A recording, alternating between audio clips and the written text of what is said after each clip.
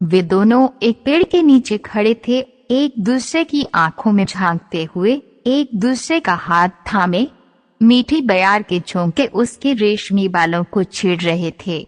बार बार लटें उसकी गालों पर आकर झुलाई जाती, जिन्हें वह बहुत ही प्यार से पीछे कर देता। ऐसा करते हुए जब उसके हाथ उसकी गालों को छूते तो वह से हर उठती। कुछ कहने को उसके होंठ थरथराते तो वे हौले से उन पर अपनी उंगली रख लेता। गुलाबी होंठ और गुलाबी हो जाते और चेहरे पर लालिमा की अनगिनत परतें उभर आती। मात्र छुअन कितनी मदहोश कर सकती है। वह धीरे से मुस्कराई।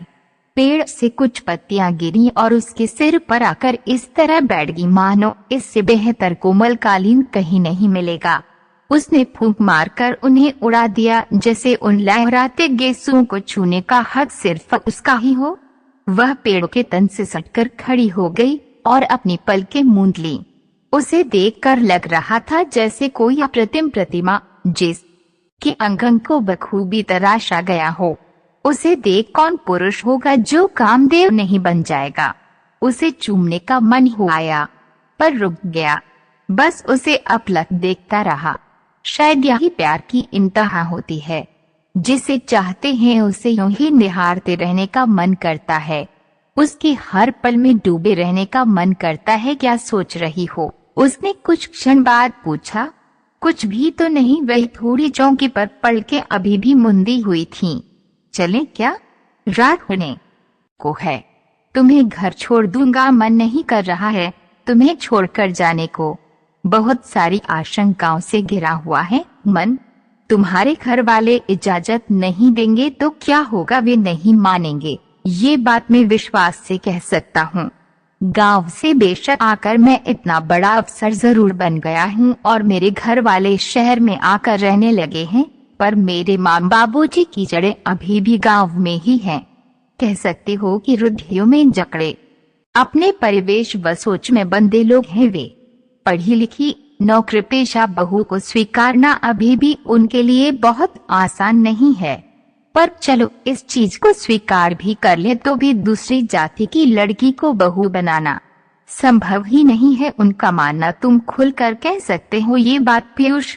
दूसरी अन्य कोई जाति होती तो भी कुछ संभावना थी, पर मैं तो माइनॉरिटी क्लास की हूँ, आरक्षण वाली। उसके स्वर में कंपन था और आंखों में नमी तैर रही थी। कम ऑन मंजरी, इस जमाने में ऐसी बातें, वह भी इतनी हाईली एजुकेटेड होने के बाद। तुम अपनी योग्यता के बल पर आगे बढ़ी हो। फिलॉसफी की लेक्चरर के मुंह से ऐसी बातें अच्छी नहीं लगती हैं। ऊंची जाति नीची जाति सदियों पहले की बातें हैं। अब तो ये धारणाएं बदल चुकी हैं। नई पीढ़ी इन्हें नहीं मानती, कहने से चूकते नहीं हैं। मंजरी ने पेड़ के तने को छुआ। काश वह सेब का पेड़ होता तो जमाने को यह तो कह सकते थे कि सेब खाने के बाद उन दोनों के अंदर भावनाएं उमड़ी और वे एक दूसरे में समा गए।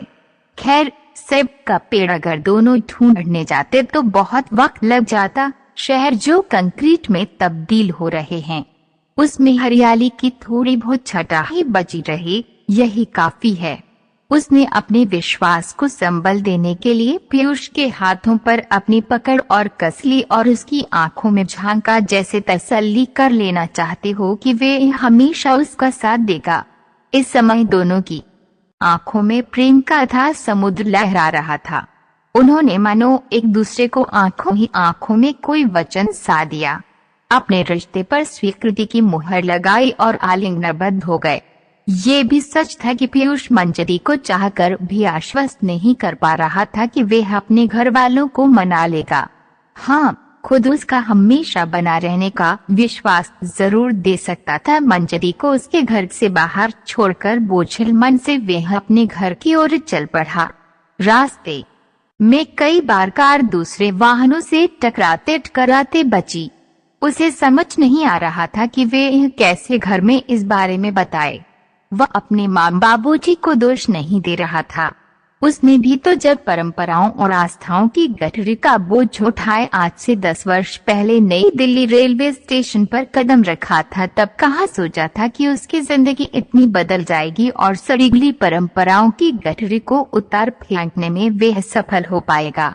शायद मंजरी से मिलने के बाद ऐसा करने की हिम्मत जुटा पाया था।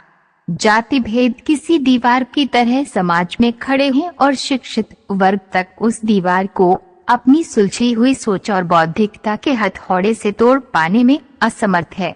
अपनी विवशता पर हालांकि ये वर्ग बहुत झुंझलाता भी है। पीयूष को स्वयं पर बहुत झुंझलाहट हुई। क्या बात है बेटा, कोई परेशानी है क्या? माँ ने प्यार से उसके सिर पर हाथ फेरते हुए पूछा। बस ऐसे ही, उसने बात टालने की कोशिश की।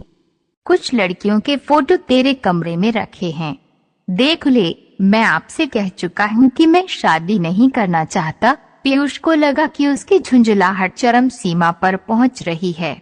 तू किसी को पसंद करता है तो बता दे, बाबूजी ने सीधे सीधे सवाल फेंका। अनुभव की पैनी नजर शायद उसके दिल की बात समझ गई थी है तो, पर आप उसे अपनाएंगे नहीं और मैं आप लोगों की मर्जी के बिना अपनी गृहस्थी नहीं बसाना चाहता। मुझे लायक बनाने में आपने कितने कष्ट उठाए हैं और मैं नहीं चाहता कि आप लोगों को दुख पहुंचे। तेरे सुख और खुशी से बढ़कर और कोई चीज हमारे लिए मायने नहीं रखती है। लड़की क्या दूसरी जाति की है जो तू इतना हिचक रहा है बताने में? बाबूजी ने यह बात पूछ पीयूष की मुश्किल को जैसे आसान कर दिया। हाँ, उसका जवाब सुन माँ का चेहरा उतर गया, आंखों में आंसू तैरने लगे। बाबूजी अभी चिल्लाएंगे ये सोचकर वे अपने कमरे की ओर जाने के लिए मिड़ा ही था कि बोले, किस जाति की बाबूजी? वे बहुत पढ़ी लिखी है, लेक्चरर है और उसके घर में भी सब हाली क्वालिफाइड हैं। जाति महत्व नहीं रखती, पर एक दूसरे को समझना ज्यादा जरूरी है। बहुत हिम्मत कर वह बोला, बहुत मायने रखती है जाति, वरना क्यों बनती ऐसी सामाजिक व्यवस्था। भारत में जाति सीमा को लांघना दो राष्ट्रों की सीमाओं को लांघना है। अभी सुबह के अखबार में पढ़ रहा था कि पंजाब में एक युवक ने अपनी शादी के महज एक हफ्ते बाद केवल इस कारण आत्महत्या कर ली क्योंकि उसे शादी के बाद पता चला कि उसकी पत्नी दलित जाति की है। उसकी शादी एक बिचौलिए के माध्यम से हुई थी। इस बात का खुलासा तब हुआ जब वो अपनी ससुराल गया। दलित पत्नी पाकर वे आत्मग्लानि और अपराध बोध से इस कदर व्यथित हो गया कि ससुराल से लौटकर उसने आत्महत्या कर ली। तुम भी कहीं प्यार के चक्कर में पड़कर कोई गलत कदम मत उठा लेना। बाबूजी की बात सुन पीयूष को अपने पैरों के नीचे से जमीन खिसकती महसूस हुई। मंजरी ने जब भी सुना तो उदास हो गई। पीयूष बोला, एक आइडिया आया है, मैं अपनी कुलीग के रूप में तुम्हें उनसे मिलवाता हूँ। तुमसे मिलकर उन्हें अवश्य ही अच्छा लगेगा, फिर देखते हैं उनका रिएक्शन। रुधिया हावी होती हैं या तुम्हारे संस्कार व सोच? मंजरी ने मना कर दिया। वह नहीं चाहती थी कि उसका अपमान हो। उसके बाद से मंजरी अपने आप में इतनी सिमट गई कि उसने पीयूष से मिलना तक कम कर दिया। संडे को अपने डिप्रेशन से बाहर आने के लिए वह शॉपिंग करने मॉल चली गई। एक महिला जो एस्केलेटर पर पांव रखने की कोशिश कर रही थी, वह घबराहट में उस पर ही गिर गई। मंजरी उनके पीछे ही थी। उसने झट से उन्हें उठाया और हाथ पकड़कर उन्हें नीचे उतार लाई। आप कहें तो मैं आपको घर छोड़ सकती हूँ। आपकी सांस भी फूल रही है बेटा, तुम्हें कष्ट तो होगा पर छोड़ दोगी तो अच्छा होगा। मुझे दमा है, मैं अकेली आती नहीं, पर घर में सब इस बात का मजाक उड़ाते हैं, इसलिए चली आई घर पर। मंजरी को देख पीयूष बुरी तरह चौंक गया, पर मंजरी ने उसे इशारा किया कि वह न बताए कि वे एक दूसरे को जानते हैं। पीयूष की मां तो बस उसके गुण ही गाए जा रही थी। बहुत जल्द ही वे उनके साथ घुल मिल गई। पीयूष की बहन ने तो फौरन नंबर भी एक्सचेंज कर लिए। जब तक वे व्हाट्सएप पर चैट करने लगी, मां ने कहा कि वह उसे घर पर आने के लिए कहे। इस तरह मंजरी के कदम उस आंगन में पड़ने लगे जहां वह हमेशा के लिए आना चाहती थी। पीयूष इस बात से हैरान था कि जाति को लेकर इतने कट्टर रहने वाले उसके माता पिता ने एक बार भी उसकी जाति के बारे में नहीं पूछा। शायद अनुमान लगा लिया होगा कि उस जैसी लड़की उच्च कुल की ही होगी। उसके पिता व भाई के बारे में जानकर भी उन्हें तसल्ली हो गई थी। मंजरी को लगा कि उस दिन पीयूष ने ठीक ही कहा था कि हमें कोशिश करनी नहीं छोड़नी है। उसके लिए पहले हमें स्वयं को मजबूत करना होगा, स्वयं को हर लड़ाई के लिए तैयार करना होगा। पीयूष जब उसके साथ है तो उसे भी लगातार कोशिश करते रहना होगा। मां बाबूजी का दिल जीत कर ही वो अपनी और पीयूष दोनों की लड़ाई जीत सकती है। कई बार उसने अपनी जाति के बारे में बताना चाहा, पर पीयूष ने यह कहकर मना कर दिया है कि जब मां बाबूजी तुम्हें गुणों की वजह से पसंद करने लगे हैं तो क्यों बेकार में इस बात को उठाना। सही वक्त आने पर उन्हें बता देंगे। तुझे मंजरी कैसी लगती है? एक दिन माँ के मुंह से ये सुन पीयूष हैरान रह गया। अच्छी है, बस अच्छी है। अरे बहुत अच्छी है। तू कहे तो इससे तेरे रिश्ते की बात चला गई। क्या कह रही हो माँ? पता नहीं कौन जाति की है, दलित हुई तो? पीयूष ने जानबूझकर कहा। वह उन्हें टटोलना चाह रहा था। फालतू मत बोल, अगर हुई भी तो भी बहू बना लूंगी, माँ ने कहा। पर उन्हें क्या पता था कि उनका मजाक उन पर ही भारी पड़ेगा। ठीक है, फिर मैं उससे शादी करने को तैयार हूँ। उसके पापा को कल ही बुला लेते हैं। यानी कहीं ये वही लड़की तो नहीं जिससे तू प्यार करता है? बाबूजी सशंकित हो उठे थे। मुझे तो मंजरी दीदी बहुत पसंद है माँ। बेटी की बात सुन माँ हल्के से मुस्कुराई। मंजरी नीची जाति की कैसे हो सकती है? उनसे पहचानने में कैसे भूल हो गई? पर वह तो कितनी सुशील, संस्कारी और बड़ों की इज्जत करने वाली लड़की है। बहुत सारी ब्राह्मण लड़कियां देखी थीं, पर कितनी अकड़ थी, बदमिजाज। कुछ ने तो कह दिया कि शादी के बाद अलग रहेंगी। कुछ के बाप ने दहेज देकर पीयूष को खरीदने की कोशिश की और कहा कि उसे घर जमाई बनकर रहना होगा। क्या सोच रही हो? पीयूष की माँ बाबूजी के चेहरे पर तनाव की रेखाएं नहीं थी, जैसे वे इस रिश्ते को स्वीकारने की राह पर अपना पहला कदम रख चुके हों। क्या हमारे बदलने का समय आ गया है? आखिर कब तक दलित बुद्धिजीवी अपनी जातीय पीड़ा को सहेंगे?